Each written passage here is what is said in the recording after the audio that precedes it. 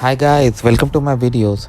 So guys, yesterday I had uploaded a video this was my opinion, where I described like Indian student shot in Canada, how safe is Canada, my opinion. So I have described my opinion, my experience, everything. But before I could publish my video, I got a strike on my video, that is not suitable for all. So this was shocking, that why I would get such a strike, not suitable for all. So there's a link where you can always request manual review. So I went for manual review, and YouTube, when they did manual review, they found that it was not actually not suitable and it was suitable, and they restored my status, and I got this email today.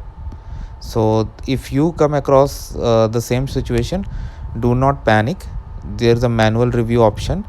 You can review for it manually, and then if you have not violated anything, it's gonna come perfect for you. Don't worry. If you have not violated, if you have violated, then even in manual review, it's gonna stay the same. So that's how I got myself saved, and it is fine for me. So hopefully you all like this.